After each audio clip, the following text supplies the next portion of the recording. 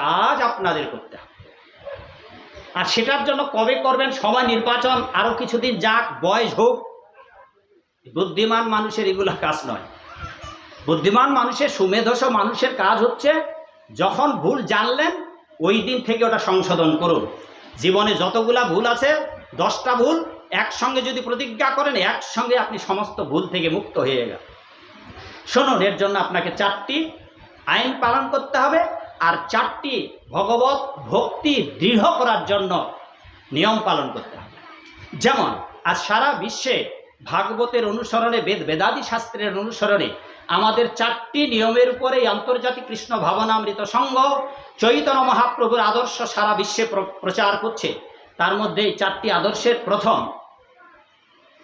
আপনি যদি ভগবানের ভক্ত হতে চান, কোনো প্রকার মাছ, মাংস, রসুন, পেঁয়াজ, মুসুরের ডাল খেতে পারবেন না। এটা 1 নম্বর। 2 নম্বর, যাবতীয় নেশা, বিড়ি, পান, সিগারেট, চা, যত প্রকার নেশা। 3 নম্বর, অবৈধ সঙ্গ। 4 নম্বর, জুয়া তাস খেলা বা লটারি খেলা বা অশ্লীল গান বাজনা শোনা। এই 4টি ভিত্তির উপর আন্তর্জাতিক কৃষ্ণ ভাবনামৃত সংঘ দাঁড়িয়ে আছে, এবং এই আদেশগুলো স্বয়ং পরীক্ষিত মহারাজ কলির উপরে জারি করেছিলেন, যা ভাগবতের বর্ণনা। সেই জন্যে যদি আপনারা ভগবানের ভক্ত হতে চান, তাহলে এই 4টি আইন পালন করার চেষ্টা করুন। দিনে 10টা বিড়ি খান বাবা, আগামীকাল 9টা খান, তারপরে দিন 8টা খান, তারপরে দিন 7টা খান। আর যদি কালকেই প্রতিজ্ঞা করেন আর খাবো না, শেষ, একসঙ্গে সমস্ত পাপ ঘুচে গেল। নেশা গ্রহণ। সারা জীবন তো কত মাছ মাংস খেয়েছো মাগো, কতজনের গলা কেটেছ মা? কেরে মা গলা কেটেছেন? অনেকজনের গলা কেটেছেন। অনেকজনের ছোট ছোট মাছগুলোকে এইভাবে টিপে লাড়ি ভুড়ি বের করে দিয়েছেন। ছোট ছোট মাছগুলো, পুঁটি মাছ, আরে ভুড়ি বের করে দিয়েছেন, টিপে ভুড়ি বের করে দিয়েছেন, গলা কেটে দিয়েছেন। ভাগবতে বলা হয়েছে, এই জগতে আপনি যতগুলো প্রাণীর গলা কাটবেন, ততবার আপনি ওখানে জন্ম পাবেন, আর ততবার আপনার গলা কাটা হবে। এখন কি করবেন? এটা যে ভাগবতে আছে। মুখরোচক কথা বলে আমি আপনাদের কাঁদাতে পারি বাবা, আমিও কাঁদতে জানি, হাসাতেও জানি, কিন্তু কাঁদানোর উপযুক্ত সময় হয়নি। যেদিন কান্না আসবে সেদিন নিজেরাই কাঁদবেন। আর হরিবাসরে গিয়ে হরিবোল হরিবোল সুর, তাল, মান, লয়ের মূর্ছনায় আপনি কেঁদে হাউমাউ করে গোড়াগড়ি দিলেন, আর যেই স্টেজের বাইরে গিয়ে দরজার বাইরে গেলেন, অমনি সুকটান দিতে লাগলেন, চায়ের হোটেলে ঢুকে পড়লেন, আর বাড়িতে গিয়ে জাবর কাটতে শুরু করলেন। কি লাভ হবে আপনাদের এই কান্নাকাটিতে? অনেকেই বলে ইস্কনে সাধুরা এত কাঠঠোকরা, এইটা তো আরো কাঠঠোকরাই জিতেন্দ্রীয় দাস। অন্যান্য বৈষ্ণবেরা তো একটু স্বাভাবিকভাবে বলে, এর যে মুখে রস টস নাই। হ্যাঁ, ধাত্রী মাতা কি খুরের জলটা বেশি দিয়েছিল? না বাবা, এ সবই আমার খেদোক্তি, এ আমার বেদনার উক্তি। কারণ হিন্দুদের এত বছর ধরে পথে পথে ঘুরে ঘুরে হিন্দুদের অস্থিমজ্জা হাড় পর্যন্ত আমি সব চিরে ফেলেছি। সেই জন্যে আমাদের হিন্দুরা যাতে করে সোজা হয়ে আমরা ভগবানের চরণে আত্মসমর্পণ করি, তার জন্যেই আয়োজন। আমাদের আর কোনো উদ্দেশ্য নাই। আমরা চাই এই দামোদর গ্রামের একটা মানুষও যাতে নরকে না যায়। আমাদের জীবনের ব্রত সেটা মাগো। এইবার ধরুন যে আপনারা অনেক জীবজন্তু কেটেছেন মা, গলা কেটেছেন, আপনি যদি মরে যান আপনার গলা কাটা হবে, আর আমরা আপনার গলা কাটা বন্ধ করতে চাই। সেই জন্যে যে আপনি এগুলো খাবেন না। এই গেল 1 নম্বর। 2 নম্বর, নেশা। এই নেশা যতদিন খাবেন ততদিন আপনার গৌর নেশা আর কৃষ্ণ নেশা লাগবে না। যতদিন আপনি তামাক আর চায়ের নেশায় বুঁদ হয়ে থাকবেন, যতদিন আপনি পান সুপারি খেয়ে জাবর কাটবেন, ততদিন আপনার গৌর নেশা লাগবে না। যতদিন না জিহ্বায় আপনি ভগবত প্রসাদ আস্বাদন না করবেন, যতদিন না আপনি ভগবানের নাম গুণকীর্তন করবেন। কারণ বেদাদি শাস্ত্রে জিহ্বার দুর্নাম করা হয়েছে, আমাদের কানগুলা দুর্নাম করা হয়েছে, বলছে যেই জিহ্বায় ভগবানের নাম কীর্তন করা হয় না, ওই জিহ্বাটা ব্যঙ্গের জিহ্বা। বলছে যেই কান দিয়ে কৃষ্ণ নাম শোনা যায়, শুনে না, সেই কানগুলো মাঠের দুটা ইঁদুরের গর্ত। এ বেদের কথা না, ভাগবতের কথা। আবার যেই নাকটা দিয়ে নিঃশ্বাস নিচ্ছি, এই নাক দিয়ে গোবিন্দের চরণে অর্পিত ফুলের ঘ্রাণ না নেয়, বলছে নাকটা কামারের হাপড়ের নেয়। আর পা দুখানা, এই পা দুখানা, যেই দুখানা পা দিয়ে সাধুদের কথা শুনতে না যায়, ভাগবত আসরে না যায়, ওই ব্যক্তিরও পা দুখানা মর মানুষের পা, মৃত ব্যক্তির পা। আর গোটা দেহটা শ্মশান ঘাট। যাদের কণ্ঠে তুলসীর মালা নেই, যাদের কপালে তিলক নেই, যারা মুখে হরিনাম কৃষ্ণ নাম করে না, যাদের কান দিয়ে কৃষ্ণ কীর্তন শোনে না, যাদের নাসিকায় তুলসী পত্রের ঘ্রাণ গ্রহণ করে না, যাদের হাত দিয়ে গোবিন্দ সেবা করে না, যাদের পা দিয়ে তীর্থযাত্রা বা মন্দিরে যায় না, এমন ব্যক্তির গোটা দেহটাই শ্মশান ঘাট। আচ্ছা, শ্মশান ঘাট কি পবিত্র না অপবিত্র বাবা? কত বোকা মানুষ শ্মশান ঘাটকেও পবিত্র বানিয়ে ওখানে মন্দির বানিয়ে পুজো করছে। এই মূর্খগুলো জানে না শ্মশানে যখন মোড়া পুরানো হবে বাবা, আচ্ছা ওইখানে মন্দির, ওখানে ভোগ লাগাচ্ছে, আচ্ছা মোড়া পুরানো ছাই মন্দিরের ভিতরে ঢুকবে না? কে? ছাই ঢুকবে না? এইবার আপনারা মন্দিরে যে না, শ্মশানে যে মন্দির করেন, আর সেই মন্দিরে যে আপনারা ভোগ লাগান, তো মোড়া পোড়া ছাই আপনাদের ভক্ষণ করতে হবে। আর তাতে কি হবে বাবা গতি? হিন্দুদের আর কি বোঝাবে? ভাববে শ্মশানকালী মশানকালী দিয়ে দাও শ্মশান না। এমনকি শ্মশানে যদি আম, শ্মশানের যে কোনো ফল, এমনকি শুধু তাই নয়, শ্মশানে যদি তুলসী দেবীও আবির্ভূত হয়, সেই শ্মশানের কোনো কিছু দিয়ে গোবিন্দের পূজা হবে না। আর আপনারা শ্মশানকে পবিত্র ভেবে কালী পূজা, শিব ঠাকুরের পূজা। এবার তো কোথায় গেলাম, বিরাট এক রাধা গোবিন্দের মন্দির শ্মশানে, ওটা ছবি তুলে নিয়ে আসলাম। কত বোকা আমরা, শ্মশানে রাধা গোবিন্দ মন্দির পর্যন্ত দিয়ে রাখছে, তার শ্মশান ঘাটে ঢুকবার সামনে দরজায়। এ হচ্ছে আমাদের পরিণতি। তা যাকে এ অনেক বর্ণনা, আমাদের হিন্দুদের এত ভুল, এত সমস্যা, এই সমস্যাগুলো আমি এক সপ্তাহ ধরে বলতে পারবো, মাসের পর মাস বলতে পারবো, যতগুলো আমাদের সমস্যা। এতগুলো সমস্যা তো একদিনে রাতারাতি সমাধান করা যাবে না। তো রাতারাতি সমাধানের জন্য আমরা এই চারটি কথা বলবো শুধু। এক, কি বাবা বললাম, ভগবান সাত্বিক আহার ভোজন করতে হবে। 2, নেশা ত্যাগ করতে হবে। 3, অবৈধ সঙ্গ। 4, জুয়া তাস খেলা, অশ্লীল গান বাজনা। এটা তো করবেন ভক্তি জীবন যাপনে। আর যে আনুষঙ্গিক নিয়ম পালন করতে হবে তা হচ্ছে 1 নম্বর, গলে তুলসীর হার, গলে তুলসীর মালা। আমাদের পুরাণ, মাগো জানেন তো কয়খানা পুরাণ? ওই মা, এই খুঁটিতে মা ঘুমাচ্ছে, মাটা ডাকেন, মা খুঁটি ছেড়ে দাও, মা ছেড়ে দাও। ওই খুঁটি আপনাদের ঘুম পাড়াবে। বাবু আপনিও খুঁটিতে হেলান দিচ্ছেন, খুঁটি বলবে এই সাধুর কথা শোনার দরকার নেই, ঘুমাও। মা, যারা যারা খুঁটিতে হেলান দিয়ে আছেন সাবধান। ওই মা চলে যাচ্ছ, মা, মাগো, হাই মা, এই মা আর কয়েক মিনিট, মা, মাগো যাইও না, মা, মাগো, এই তোমার মাকে। যাদের গলে তুলসীর মালা নেই সবাই মালা পরবে। এখানে অনেকজন বাবুর গলে দেখতে পাচ্ছি না, হয়তো ঢোলা করে পড়তে পারেন, অনেকের গলে নেই। যাদের গলে নেই, ঢোলা করে পড়ার বিধান আছে, মালা বক্ষমালা পরার বিধান আছে।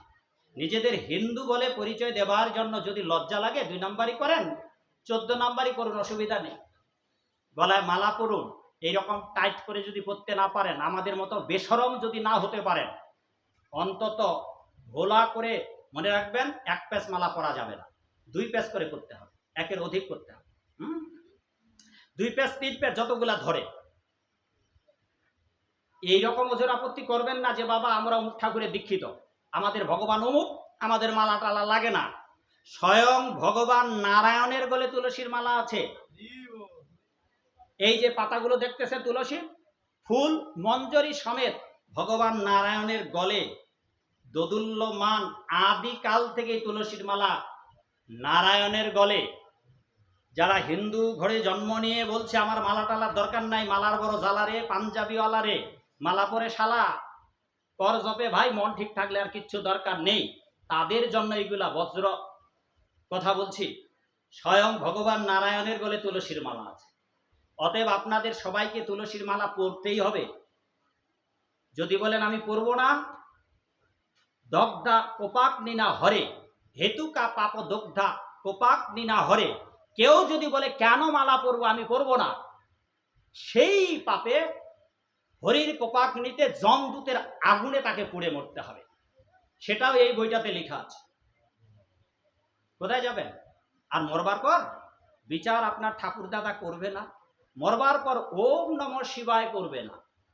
যদি আপনি শিব ঠাকুরের ভক্ত হন, আপনি জয় দেবী সর্বভূতেষু অথবা সর্বমঙ্গল মঙ্গলে শিবে সবার্থ সাধিকে মা দুর্গা আপনাদের বিচার করবে না। জগতের সমস্ত পাপী এবং পুণ্যকামী মানুষদের বিচার করবেন ধর্মরাজ যম, যিনি নিজে একজন বৈষ্ণব। ঘুরে ফিরে আপনাকে বৈষ্ণবের কাছেই যেতে হবে। সেই জন্য ধর্মরাজ যম ঘোষণা দিলেন, যাদের গলে তুলসীর মালা আছে, যাদের গলে তুলসীর মালা আছে, এবং 2 নম্বর একাদশী। বাবা, যাদের গলে মালা নাই, হিন্দু বলে পরিচয় দেবার জন্য গলে মালা পরবেন, কারণ আপনার চেহারা দেখে বোঝা যায় না আপনাকে কি আদাব দেব, নমস্কার দেব, কি বলবো আপনাকে চেনা যায় না। আর অনেক আমাদের হিন্দুদের মধ্যে ভীরু আছে, যারা নিজেকে বলবে যে না না আমরা সংখ্যালঘু, এদেশে থাকতে হয়। কেন বাবা? আমরা টিকি নিয়ে ঘুরে বেড়াচ্ছি, গলায় মালা পরে কপালে তিলক দিয়ে ঘুরে বেড়াচ্ছি, আর আপনি গ্রামে গঞ্জে আছেন, ভয় আপনার লাগলো? আর ভগবান তো বলেছেন যে আমার চরণে যারা আশ্রয় নিয়েছে তাদের কোনো ভয় নাই। সেই জন্য বৈষ্ণব আচার্যদের কীর্তন, ভজ হুরে মন শ্রী নন্দ নন্দন অভয় চরণ আর বিন্দরে। তাহলে 1 নম্বর গলে মালা, 2 নম্বর একাদশী। খুব তাড়াতাড়ি বলে দিই। একাদশী যারা করেন করেন, যারা করেন না 3টা ক্ষতি হবে। কি কি ক্ষতি হবে? মরবার পর নরকে যাবেন, শাস্তি পাবেন। 2 নম্বর পুণ্য বলে স্বর্গে যাবেন। 3 নম্বর স্বর্গেতে মরে যাবেন, মরে যাওয়ার পর এই পৃথিবীতে আসবেন আর মানুষ হওয়ার সুযোগ পাবেন না। যদি একাদশী না করেন, পাপ, মহাপাপ, অতি পাপ, সর্বপাপে লিপ্ত হবে। স্বর্গে টিকে সুখ ভোগ দুঃখ ভোগ করে এই পৃথিবীতে আসবেন, মানুষ হবেন না। জলে গেলে জলে জন্মাবেন, জলস্থির পেটে জলস্থি হয়ে, কুমিরের পেটে কুমিরের বাচ্চা হয়ে। ডাঙ্গা যদি ঘাস হয়ে জন্মান, ছাগল বকরি খাবে মাগো, গরু ছাগলে খাবে। ছাগলের পেটে ছাগলের সন্তান হয়ে জন্মাবেন, জীবন্ত আপনার গলা কেটে চামড়া ছুলে বিক্রি করা হবে। বড় অসহায়। গরু হয়ে জন্মিয়েছেন, পায়খানার মধ্যে ঘুমাতে হবে, প্রসাবের মধ্যে থাকতে হবে। গাছ হয়ে জন্মিয়েছেন, গোড়া কেটে টুকরা টুকরা করে আপনাকে খড়ি বিক্রি করা হবে। ঠিক আছে? বট গাছ হয়ে জন্মিয়েছেন, বহুকাল দাঁড়িয়ে থাকতে হবে বড় অসহায় হয়ে। খেজুর গাছ হয়ে জন্মিয়েছেন, না মরা পর্যন্ত আপনাকে সারা জীবন আপনাকে কেটে কেটে রক্ত পান করা হবে আপনার। ওখান থেকে আপনি পালাতেও পারবেন না মাগো। বাবা, কই মাছ হয়ে মাগুর মাছ হয়ে জন্মিয়েছেন, জীবন তো আপনার আইস ছোলানো হবে। ও, মাগুর মাছের আইস নাই, কই মাছ, আপনি ছটফট করবেন। আর এরা আর কেউ নয়, আপনার বাড়ির পাশে জন্মাবে পুকুরের ধারে আপনার বংশের কেউ, আর তাকে নিয়ে এসে পুকুর থেকে আপনি কেটে খালেন। বাড়িতে যে তেলাপোকা আছে, মা আছে তো নাকি, ইঁদুর, তারপর মশা, মাছি, এইগুলো অন্য কেউ নয় বাবা, এগুলো আপনার বংশের লোক। আপনার বংশের লোক, আপনার 14 গোষ্ঠীর লোক, যারা ভক্তি ভাবনায় ভগবানকে ডাকে নাই, পাপ পুণ্য ফল ভোগের পর ওই দামোদর গ্রামের মায়া ছাড়তে পারে নাই, নিজের ভিটার মায়া ছাড়তে পারে নাই, সেই ভিটাতে পিঁপড়া হয়ে জন্মে আছে। সেই জন্য আপনার বাড়ির আপনি পিঁপড়া মারতে পারবেন না। শুধু কি তাই মাগো, মাথায় উকুন আছে না মামুনিদের, সেই উকুন পর্যন্ত আপনার বিয়াই, সেই উকুন আপনার শ্বশুর নয়তো ভাসুর। এই বইটাতে আছে, কোন কোন শাস্ত্রে আছে এগুলো সব লেখা আছে। আর আপনার বাড়িতে আপনার বিয়াই আসছে, মরবার পর আপনার বাড়ি বিয়ানির ভালো করে রান্না খাওয়াটা স্বাদ মেটে নাই, লোভ লালসা আছে। কারণ পূর্বতে কালে মরবার সময় যে যেই রকম চিন্তা করবে, মহারাজা রাজা ভরত হরিণের চিন্তা করে হরিণ হয়ে গেল, রাজা পুরঞ্জন বউয়ের চিন্তা করতে করতে বউ হয়ে গেল, বিয়াই চিন্তা করতে করতে বিয়ানির বাড়িতে জন্ম নিল, আর বিয়ানির মাথার উকুন হয়ে জন্মালো। আর আপনি টেরেই পেলেন না আপনার বিয়াই আপনার মাথায় এসেছে, আর আপনি ধরে তাকে বের করলেন, টেনে বের করে বিয়াইকে নিয়ে একটা টিপে হত্যা করে দিলেন, শেষ। সেই জন্য মায়েরা মাথার উকুন মারবেন না, আর মশা থাপ্পড় দিয়ে মারবেন না। যারা ভগবত ভক্ত তারা একটা মশা, মাছি, তেলাপোকা, টিকটিকি, এমনকি ছাড় পোকা পর্যন্ত তারা মারতে চায় না, আর আপনারা নির্বিচারে গলা কেটে দিচ্ছেন, তা কি কৃপা আপনারা পাবেন? সেই জন্য এগুলো করতে হবে। হ্যাঁ, এইবার ওই একাদশী না করলে এত জনম জনম ভরে আপনার ঘুরে বেড়াতে হবে, যদি গলে না মালা পরে একাদশী না করে। এই গেল দুইটা, আর দুইটা শুনুন। 3 নম্বর হচ্ছে জপ। আমরা জপমালায় জপ করি, এই জপমালা তুলসীর কাষ্ঠ দিয়ে যারা যারা জপ করেন, যদি মাছ মাংস খান তুলসীর কাষ্ঠে জপ করবেন না, আপনারা বেলের কাষ্ঠে অথবা নিমের কাষ্ঠে। আপনারা আমাদের ধামে যাবেন, ধাম কত দূর এখান থেকে? রূপ সনাতন আমাদের মন্দির 20 কিলো। আর কাছাকাছি আছে কারো? না, এখানে তো আমাদের গুরু ভাই আছে। এই যে বাড়িতে আমি আছি, কি নাম ওনার, যে বাড়িতে আমি উঠেছি?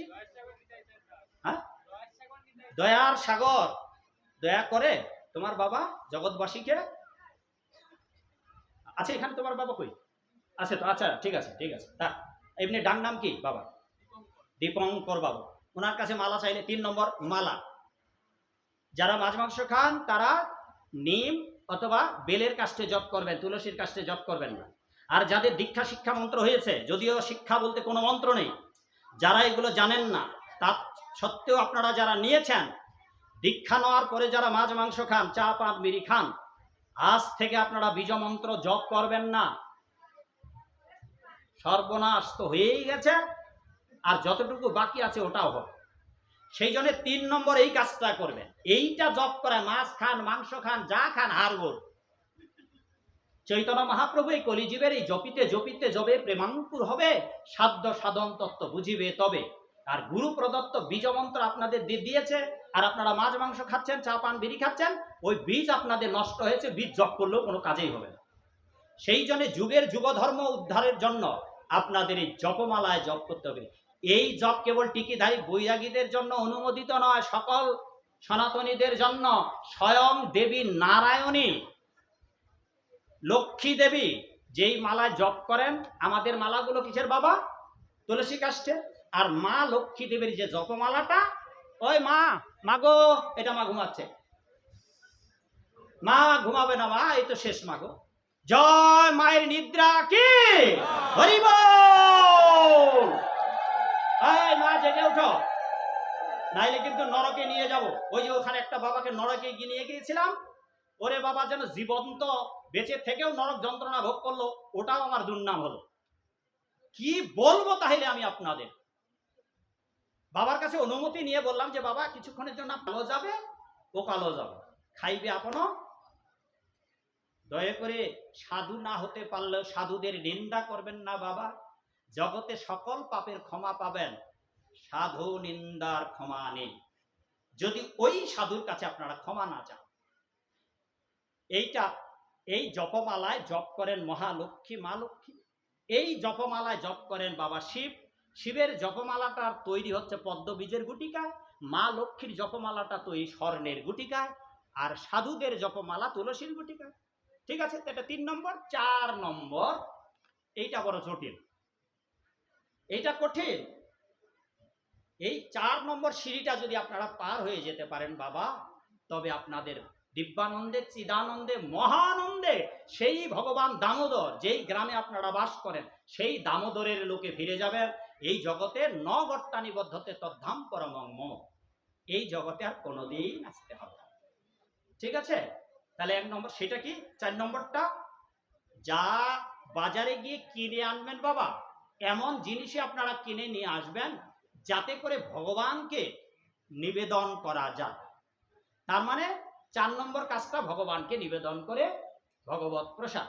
তাহলে 1 নম্বর গলে মালা, 2 নম্বর একাদশী, 3 নম্বর হরিনাম জপ, 4 নম্বর ভগবানকে নিবেদন করে প্রসাদ।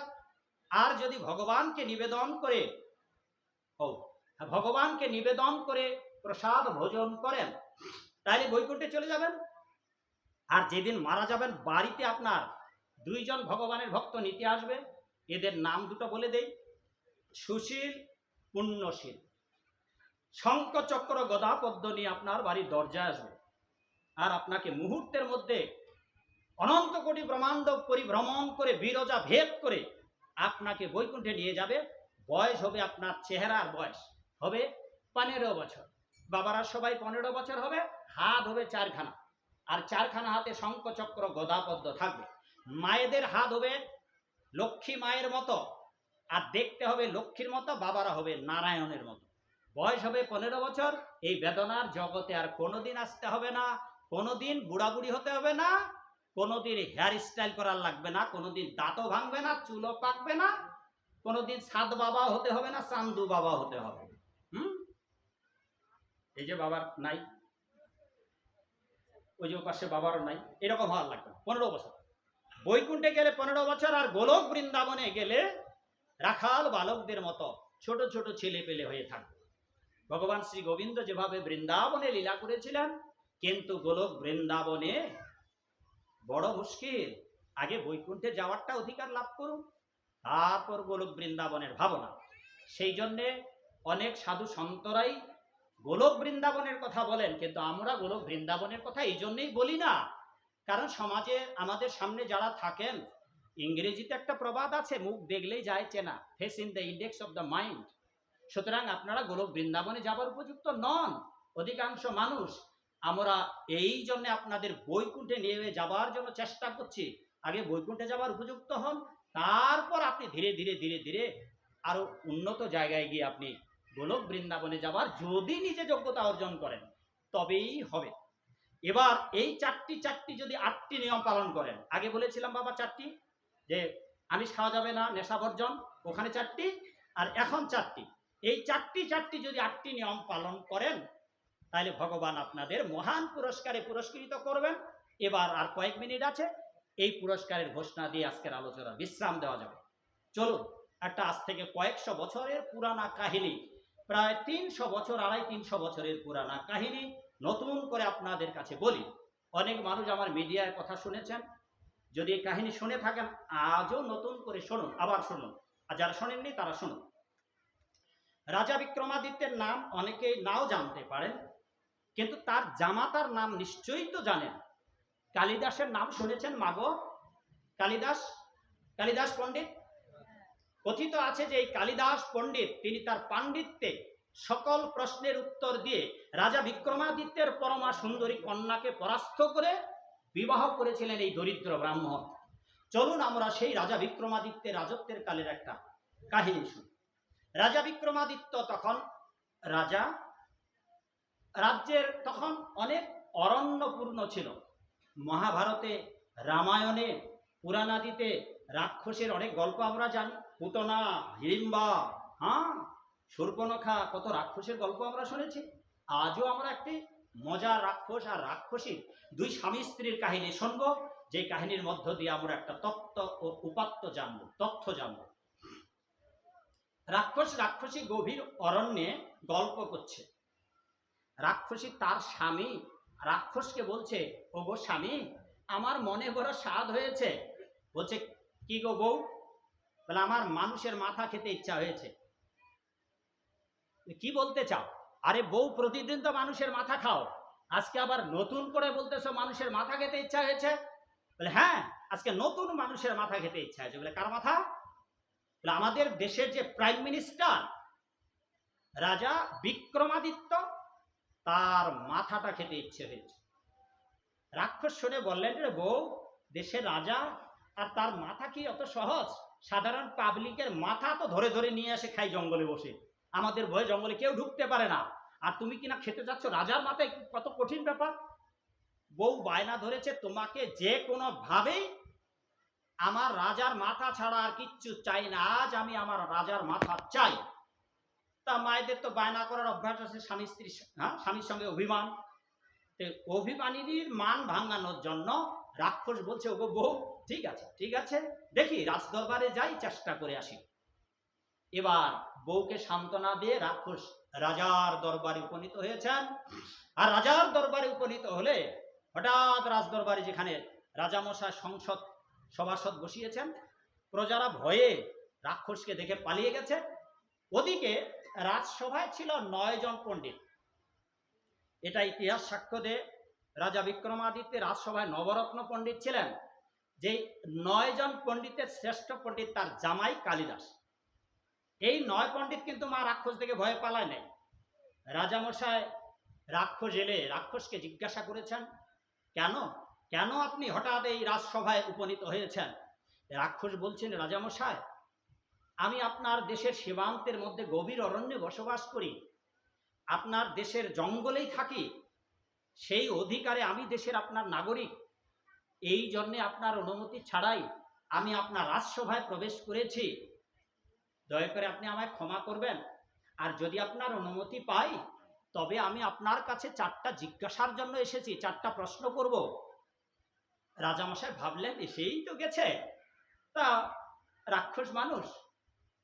রাজামশাই বললেন, কত প্রজারাই তো কত প্রশ্ন নিয়ে আসে, আপনি মাত্র 4টি প্রশ্ন করবেন, বলুন আপনার কি প্রশ্ন? রাক্ষস বললেন, রাজামশাই, আমি আপনাকে 4টা প্রশ্ন করব, কিন্তু এই 4টা প্রশ্নের আমার একটা শর্ত আছে। যে কি শর্ত? যে যদি আপনি আমার এই 4টা প্রশ্নের উত্তর না দিতে পারেন, তবে আপনার মাথা আমার বউয়ের জন্য নিয়ে যাব। রাজামশাই মনে মনে ভাবলেন, এই রাক্ষস বনে জঙ্গলে থাকে, এই বেটা রাক্ষস কি বা খেতে পায়, আর এর মাথায় কতটুকু বা বুদ্ধি আছে যে আমি উত্তর দিতে পারবো না। তাছাড়া বিশ্বের সেরা বাঘা বাঘা পণ্ডিতেরা, যাদের নাম শুনলে পৃথিবীর পণ্ডিতেরা কাঁপে, তাদের 9 জন এখানে, তাদের থেকে শ্রেষ্ঠ পণ্ডিত আমার জামাই। অতএব নির্দ্বিধা রাক্ষসকে বলে দিলেন, রাজামশাই, ঠিক আছে, আপনার প্রশ্ন করুন 4টা, আর যদি আমি উত্তর না দিতে পারি, আমার পণ্ডিতেরা জামাই উত্তর না দিতে পারে, তবে আপনি আমার মাথা আপনার বউয়ের জন্য নিয়ে যান। এইবার মাগো প্রশ্ন দেওয়া শুরু করেছে। বাবা, আমি আপনাদের সেই 4টি প্রশ্ন দেব, যদি আপনারা উত্তর দিতে না পারেন, কিরে মা, কি হবে মা গো, বলুন। 4টা প্রশ্ন করব, যদি উত্তর দিতে না পারেন সাধু হতে হবে, মালা পরতে হবে, যাদের গলে মালা নাই, যারা একাদশী করেন না তারা একাদশী করবেন। চলুন আমরা সেই 4টি প্রশ্ন শুনি, তারপর মজার উত্তরগুলো জানব। 4টি প্রশ্ন। হে রাজামশাই, আপনার কাছে আমার 1 নম্বর প্রশ্ন, আপনাকে বলতে হবে কাদের ইদিক আছে উদিক নাই। 2 নম্বর প্রশ্ন, ইদিক নাই উদিক আছে। 3 নম্বর প্রশ্ন, ইদিকও নাই উদিকও নাই। 4 নম্বর প্রশ্ন, ইদিকও আছে উদিকও আছে। এইবার ইদিক আছে উদিক নাই, ইদিক নাই উদিক আছে, ইদিকও নাই উদিকও নাই, ইদিকও আছে উদিকও আছে। এইবার ইদিক উদিক ইদিক উদিক উদিক উদিক ইদিক উদিক শুনতে শুনতে সভায় 9 পণ্ডিতের মাথা বিগড়ে গেছে। এক পণ্ডিত আরেক পণ্ডিতের দিকে তাকায়, আরেক পণ্ডিত আরেক পণ্ডিতের দিকে তাকায়, যে ভাই আপনার জানা আছে, ভাই আপনার জানা আছে নাকি? এইভাবে মাগো 8 পণ্ডিত, তার মধ্যে শ্রেষ্ঠ কালিদাস 9 জন, 8 পণ্ডিত সমব্যবহারে ভেবেছেন যে আমাদের উত্তর না জানা থাকলেও আমাদের শ্রেষ্ঠ কালিদাস, তার উত্তর জানা আছে। এইবার 8 পণ্ডিত কি করেছে, সবাই কালিদাসের দিকে তাকিয়েছে। আর এবার কালিদাসও মাগো বাবা মাথা নাড়া দিয়ে জানিয়েছে তারা উত্তর জানা নাই। এখন কি করতে হবে? শ্বশুর বাবা, কি নাম মাগো রাজার নাম? ওই মা বলো। হ্যাঁ, এইবার রাজা জামাইয়ের দিকে তাকিয়েছে। এখন তো উপায় করতে হবে একটা। আপনারা জানেন কি, কালিদাস এত বড় মূর্খ ছিল, কিশোর বয়সে পৃথিবীতে আর একটা মূর্খ জন্মাবে না, আর হবে না, জন্মায় নাই, জন্মাবে না।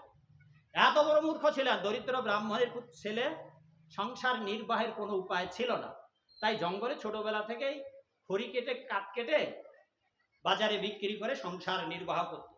একদিন বিরাট গাছে উঠেছিল, আর ওই গ্রামের 3 সাধু বাবা পণ্ডিত জঙ্গল দিয়ে যাচ্ছে, টাকটুক টাকটুক টাকটুক শব্দ করছে, কাঠ কাটা টুকটাক করছে। গিয়ে দেখে, আরে এত গভীর জঙ্গলে কে ডাল কাটতেছে, গাছ কাটতেছে? গিয়ে দেখে, আরে বাবা কালী, আরে আমাদের গ্রামের ছেলে, গাছের ডাল কাটতেছে কি কিম্ভূত কি মাকা, ডাল ডালে বসে ঘোড়া কেটে দিচ্ছে। পণ্ডিতেরা বললেন, বাবা তাড়াতাড়ি উল্টো দিকে যাও। বলে কেন? বলে তুমি তো ডাল থেকে পড়ে যাওয়া। বলে দেখুন, সারা জীবন আমি তো গাছের ডাল কেটে বিক্রি করি, আর আপনারা তো পরেরটা খেয়ে বেড়ান।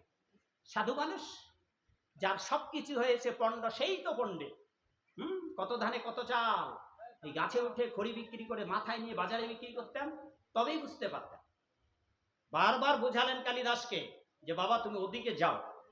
শেষে তিনি কালিদাস উত্তর দিলেন যে দেখুন পণ্ডিত মশাইগণ, 3 পণ্ডিত, আমি কত কষ্টে এই মোটা গাছে উঠেছি, গাছে উঠবার সময় পায়ের চামড়া আর বুকের চামড়া ছড়া গেছে। এইবার আবার গাছটা আপনাদের পরামর্শ মতো যদি আমি গোড়ায় বসে গাছের ডালটা কাটি, তাহলে কি হবে? আবার গাছটা দিয়ে নামতে হবে, আমার ডবল বুকের চামড়া আর পা ছোলা যাবে। তার থেকে আমি এই গাছের ডালে বসে এখানে গোড়া কেটে দিচ্ছি, গাছটার ডালটা কাটা হবে আর ডালের সঙ্গে ডালটা নেমে পড়বে, আমিও ডালের সঙ্গে নেমে পড়বো। হরি। এইবার পণ্ডিতেরা ভাবলেন, কথায় বলে চাণক্য পণ্ডিতের একটা প্রবাদ আছে, শ্লোক আছে, মূর্খানাং হিতোপদেশ প্রকোপায় ন শান্তই। যারা অজ্ঞানী মূর্খ, তাদের যদি উপদেশ দেন ভালো, ও শুনবে না, বরং রাগান্বিত হবে। এই পণ্ডিতেরা বলেন, এই মূর্খটা নিজে যেদিন পড়বে, এই ব্যাক্কেল সেই দিন আক্কেল হবে। কথিত আছে যে কালিদাস এই দিন থেকে জীবনে আর কোনোদিন গাছের ডালে বসে ডাল কাটেননি। সেদিন মাজায় ব্যথা পেয়ে বাজারে যাওয়া দূরের কথা, বিছানা থেকে উঠতে পারছিলেন না। এই মূর্খ কালিদাস যৌবন পদার্পণ করলে মহাপণ্ডিত হয়ে যায়। এখন যারা বাংলা নিয়ে পড়াশোনা করেন অনার্স মাস্টার্সে, তারা এই কালিদাসের কাব্য পড়তে হয়। এত বড় পণ্ডিত। এইবার রাজসভা থেকে শ্বশুর বাবাকে ইশারা দিয়ে বাইরে নিয়ে গিয়ে বললেন, শ্বশুর বাবা জিজ্ঞাসা করলেন, জামাই? বলে বাবা সর্বনাশ সর্বনাশ। বলে এখন শ্বশুরকে তো বাঁচাতে হবে, একটা তো উপায় করতে হবে, আর পণ্ডিত তো বুদ্ধি আছে। বললেন আপনি কোনো টেনশন করবেন না, কোনো চিন্তা নেই, আপনার কাছে একটা শুধু মিনতি আমার। কি বলো? যে আপনি ওই রাক্ষসের কাছে যান, রাক্ষসের কাছে গিয়ে আপনি মিনতি করেন, 7 দিন সময় চেয়ে, আর আপনি রাজা, তা 7 দিন সময় আপনাকে দিয়ে দেবে। হ্যাঁ, আপনি যদি আদেশ করেন যে আপনি আমাকে 7 দিনের সময় দিন, তা আপনি কাজেই আমার পরামর্শ এটাই বাবা, আপনার অনুরোধ, আপনি 7 দিনের সময় চান, আর এই 7 দিনের মধ্যে আমি আমার পণ্ডিতদের নিয়ে একটা পরামর্শ করে উত্তর খুঁজে বের করব। এইবার জামাইয়ের পরামর্শে রাজা বিক্রমাদিত্য তিনি গিয়েছেন, রাক্ষসকে বলেছেন, হে রাক্ষস মহাশয়, আমি আপনার রাজা, তাই আমি আপনার কাছে মিনতি করছি, আদেশ করছি, আপনি আমার 7 দিন সময় দেন। 7 দিনের মধ্যে যদি আমার পণ্ডিতেরা উত্তর না দিতে পারে, আমার জামাই কালিদাস উত্তর না দিতে পারে, তবে আপনি আমার মাথা আপনার বউয়ের জন্য নিয়ে যাবেন। এইবার মাগো, রাক্ষস মনে মনে ভাবছে, ত্রিভুবন ঘুরে আমার প্রশ্নের উত্তর পাবে না। নিজের বউকে রাজার মাথা খায় সন্তুষ্ট করতে পারবে, কি আনন্দ! আচ্ছা, বউকে খুশি করতে পারে এমন স্বামী কে না আনন্দ হবে বাবা? তাই হাসিতং খুশিতং হাসিতং গাহিতং, এই রাক্ষস রাজদরবার ছেড়ে বনে যাইতম। এদিকে কালিদাস তো বুদ্ধিমান মাগো, তিনি কি করেছেন, গেরিলা সৈনিকের ন্যায় একেবারে হাঁটু গেড়ে গেড়ে চুপি সারে ওই রাক্ষস যেদিকে যাচ্ছে সেদিকেই যাচ্ছে। যেতে যেতে যেতে গভীর অরণ্যে প্রবেশ করেছে মা, আর রাক্ষসী তো পর্বত গুহায় চিৎকার দিয়ে ডাকা শুরু করেছে, ওরে বউ, ওই বউ রাক্ষসী বউ রে, ওই বউ রাক্ষসী, ওরে আমার রাক্ষসী বউ, আর মাত্র 7 দিন, 7 দিন রে বউ, 7 দিন। খুব চেঁচাচ্ছে। তো বলছে, এই এই এই রাক্ষস, এই আমার স্বামী, এই চেঁচাচ্ছ কেন, চেঁচাচ্ছ কেন? তো বললে, বউ আর মাত্র 7 দিন পর তুমি রাজার মাথা খেতে পারবে। বলে তাই নাকি? বলে হ্যাঁ। এমন কি করে এলে? দারুণ কায়দা করে এসেছি। বলে কি কায়দা? 4টি প্রশ্ন করেছি, তারপর কন্ডিশন দিয়েছি, উত্তর দিতে না পারলে রাজার মাথা যাবে। বলে রাজা মশাই উত্তর দিতে পারে নাই? দূর ছাই, রাজা তো দূরের কথা, নবরত্নের শ্রেষ্ঠ পণ্ডিত রত্ন কালিদাস, সে পর্যন্ত আমার উত্তর দিতে পারে নাই। বলে তাই নাকি? এদিকে বাবা কালিদাস পণ্ডিত এসেছে, রাক্ষস রাক্ষসীর গল্প শুনতেছে। কালিদাসের তো গাছে চড়া অভ্যাস আছে, তাড়াতাড়ি কালিদাস রাক্ষস আর রাক্ষসী যেখানে গল্প করছে, ও দূরে একটা বড় গাছে উঠে ডালে শক্ত করে বসে আছে। এদিকে বউ বলতেছে যে এত বড় প্রশ্ন করেছিলে, ওগো স্বামী, এতদিন ধরে তোমার আমার সঙ্গে জঙ্গলে সংসার, আর তোমার মাথায় এত বুদ্ধি, আজও আমি জানতে পারলাম না। হ্যাঁ, আচ্ছা বলো না গো, কি প্রশ্ন করেছিলে? যে তুমি রাজার মাথা শুধু নয়, সারা বিশ্বের শ্রেষ্ঠ পণ্ডিত কালিদাসের মাথা বিগড়াই দিয়েছ। বলে বউ প্রশ্নগুলো শুনবে? বলে হ্যাঁ বলো। এত অদ্ভুত প্রশ্ন না শোনার ইচ্ছা কার জাগে? বউ প্রশ্নগুলো শোনো। এইবার রাক্ষস বউকে প্রশ্নগুলো বলা শুরু করেছে। মা, মনে থাকবে তো প্রশ্নগুলো? এইবার প্রশ্ন বলা শুরু করেছে। ওদিকে কালিদাস কোথায় বাবা? গাছের ডালে। ও মনকে বলছে, মন দাঁড়াও, এই তো প্রশ্ন পালা চলতেছে, না জানি যদি উত্তরেরও পালা আসে তাহলে শ্বশুর বাবাকে কে বাঁচানো যাবে। এইবার প্রশ্ন বলা শুরু করেছে। রাক্ষস বলতে শুরু করেছে 1 নম্বর 2 নম্বর 3 নম্বর, এদিক আছে ওদিক নাই, এদিক নাই ওদিক আছে, এদিকও নাই ওদিকও নাই, এদিকও আছে ওদিকও আছে। রাক্ষসী শুনেও বলতেছে, ওরে বাবার এদিক উদিক এদিক উদিক এদিক উদিক, আসলে তো দিক বিদিক হারা প্রশ্ন। ও গো বলো না গো, হ্যাঁ এ উত্তর কি? রাক্ষস বলছে, রে বউ 7 দিন অপেক্ষা করো, কেউ যদি শোনে লাই আমাদের ভয় জঙ্গলে কে আসবে? আরে যে মানুষকে আমরা ভয় ধরে ধরে খাই, ওরা কেন এখানে আসবে মরতে? বলো তুমি বলো। বলে, রে বউ বাতাসেরও কান আছে। দুধ ছাই, কথার কথা বাতাসের কান আছে। বারবার বায়না ধরেছে, শেষে বলছে, আরে বউ দেয়ালেরও তো কান আছে, তুমি বলো। আর না হলে এদিক আছে ওদিক নাই, এদিক নাই ওদিক আছে, এদিকও নাই ওদিকও নাই, এদিকও আছে ওদিকও আছে, এইদিক ওদিক এদিক ওদিক করে 7 দিন আমি ঘুমাতে পারবো? আমি বিষ পান করে আজই মরে যাব। কেউ চাইবে মা নিজের বউ করুক আর মরুক? বউ বলছে, বউ থাক থাক থাক, তোমাকে আর বিষ খেয়ে মরতে হবে না। মায়েরা তো স্বামীর সঙ্গে অভিমান করে। হ্যাঁ কি বলবো আর, টাঙ্গাইল শাড়ি আনতে বলেছিলাম, এনেছে ঢাকাইল শাড়ি। তরকারিতে লবণ দে নাই, খাইতে দিয়েছে গ্লাসে জল নাই। কিরে বউ কোথায় মন ছিল? বলে, গোলামের পুত, আনতে বলেছিলাম টাঙ্গাইল শাড়ি, এনেছে ঢাকাইল শাড়ি, এখন খাও লবণ ছাড়া তরকারি, শূন্য গ্লাসে জল। যাকে অবশ্যই অকথা কি হলো মাগো, যে বউ যদি কেউ শুনে ফেলে তোমার রাজার মাথা খাওয়া হবে না, আর না খাইতে পারলে আমার কোনো দোষ দিতে পারবে না। এবার বলা শুরু করেছে উত্তরগুলো। আমরা ভাগবত আসরে বসে আছি, তাই উত্তরগুলো 4টি প্রশ্নের উত্তর আমরা ভাগবতের আলোকেই শুনব। বাবা ওইদিকে কথা হচ্ছে নাকি বারবার? দয়া করে সাইডে কথা বলবেন না। এইবার শুনুন 4টি প্রশ্নের উত্তর। যেহেতু আমরা ভাগবত আসরে, তাই আমরা রাক্ষসের মুখ দিয়ে ভাগবতের থেকে এই 4টি প্রশ্নের উত্তর শুনব। রাক্ষস বলেন, ওরে বউ 1 নম্বর প্রশ্নের উত্তর শোনো। কাদের ইদিক আছে উদিক নাই?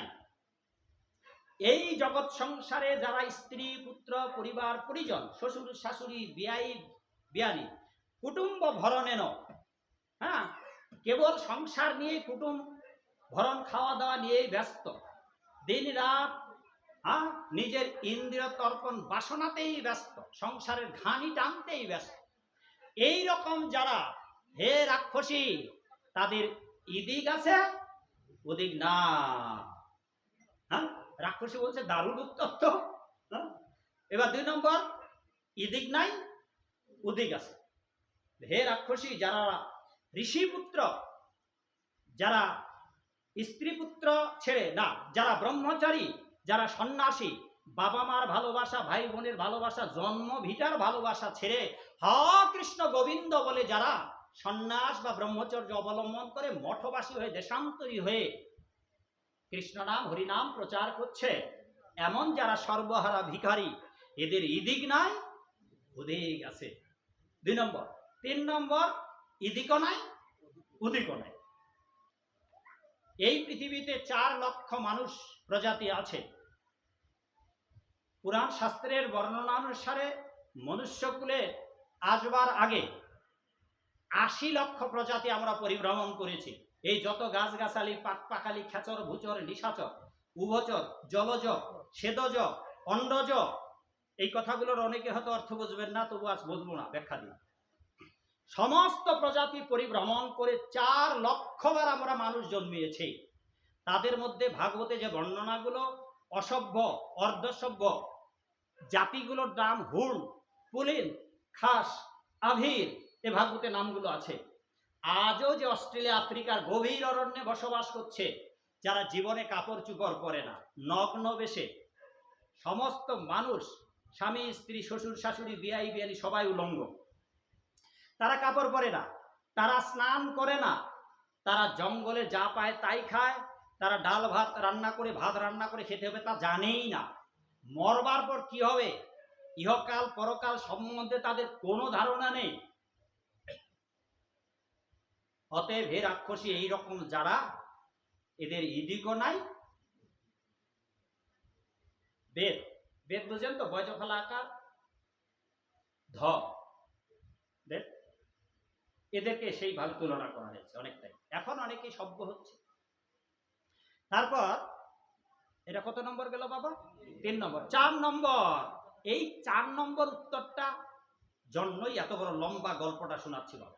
এই 4 নম্বর উত্তরটা আপনাদের কাজে লাগবে, যদি কাজে লাগা, আর না লাগাতে পারলে লাগবে না, গল্পটাও বৃথা চলে যাবে আমার।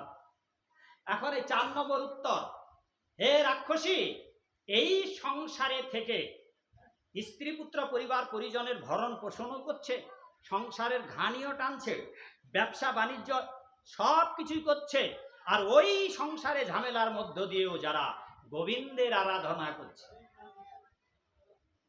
এমন গৃহস্থ মানুষদের, গৃহবেদীদের নয়, যারা গৃহে থেকে হরি ভজন করে না, কৃষ্ণ ভজন করে না, তারা হচ্ছে গৃহমেধী। আর সংসারের থেকে যারা কৃষ্ণ ভজন করছে, হে রাক্ষসী, তারা গৃহস্থ। এই রকম সংসারের থেকে যারা গৃহে ভজন করে, আমরা যদি চৈতন্য মহাপ্রভুর আদর্শের কথা বলি, তবে 10 5 মিলে নিজ দ্বারেতে বসিয়া কীর্তন করে সবে হাতে তালি দিয়া, হরে কৃষ্ণ কৃষ্ণ কৃষ্ণ হরে হরে, হরে রাম রাম রাম হরে হরে। হে রাক্ষসী, যারা সংসারে থেকে এইভাবে গোবিন্দের ভজনা করে, তাদের সংসারটাকেও ভোগ করা হয়, ছেলে মেয়েদেরকেও প্রতিপালন করা হয়। সেই সংসারে থেকে যারা গোবিন্দের আরাধনা করে, এমন মানুষদের ইদিকও আছে, উদিকও আছে। বোঝা গেল মাগো বাবা? এলাকায় রথযাত্রা হয়, আমাদের ধামেও তো রথযাত্রা হয়, এলাকা রথযাত্রা হয় হয়। আচ্ছা, রথযাত্রায় যাবে, এটা ছোট্ট বলে দিই, 2 মিনিট 1 মিনিট। ছেলে তার বোনদের দিয়ে রথযাত্রায় যাবে, ঘটনাটা সবাই জানে, তবু বল। বাবার কাছে টাকা চাইতে গেছে, বাবা বলছে আমার কাছে টাকা নেই, মায়ের কাছে দাও। এবার মায়ের কাছে গেছে, বলছে যে বাবা আমারও তো টাকা নাই। তোমার বাবা বলে, বাবাই তো পাঠিয়ে দিল। মা তখন বলছে যে বাবা, তোমার বাবা কিছুকাল আগে একটা কলার কাইন কেটে রেখেছিল, কাইন বোঝেন আপনারা? কলার কাইন বস্তায় ঢুকে রেখেছিল খাটের নিচে, যাও, ওটা পেকে গেছে, এইটা নিয়ে যাও রথযাত্রায়, সেখানে কলাগুলো বিক্রি করো। মা কি বোঝাতে চাচ্ছে মাগো, বুঝতে পারছেন তো, যে তুমি রথযাত্রায় যাও, তোমার রথও দেখা হবে। পরের লাইনটা আমরা সবাই জানি, মাগো আপনারা বাবা সংসারেও থাকা হবে, ওই সংসারে থেকে যদি আমি যা বললাম তা যদি পালন করেন, গোবিন্দেরও ভজনা করা হবে, আর তাহলে পরিণাম কি হবে? ইদিকও থাকলো, ঠিক আছে। আর কালিদাস কোথায় গো মা? রাক্ষসের মাথা আর কাম হলো না, মন্ত্র তৈরি করলেন কালিদাস। সেই মন্ত্রটি আমি আপনাদের বলে দিচ্ছি উত্তরটা। যেই উত্তরটা বাংলায় বললাম, সেই উত্তরটা এবার সংস্কৃতে শুনুন। রাজপুত্র চিরং জীব, মা জীব ঋষিপুত্র ক, জিও বা মারো বা বেধ, মা জীব মা মর। যার উত্তর, রাজপুত্র চিরং জীব, এই জগৎ সংসারে যারা ভোগ করে রাজার মতো থাকতে চায়, ওদের ইদিক নাই, ইদিক আছে উদিক নাই। বেধ, যারা নির্বিচারে পশু হিংসা করছে, মানব জীবনের অবমূল্যায়ন করে কসাই জীবন যাপন করছে, অবৈধ দ্রব্য খাচ্ছে, অভদ্রের জীবন যাপন করছে, ইদিকণে উদিকণ বেদ।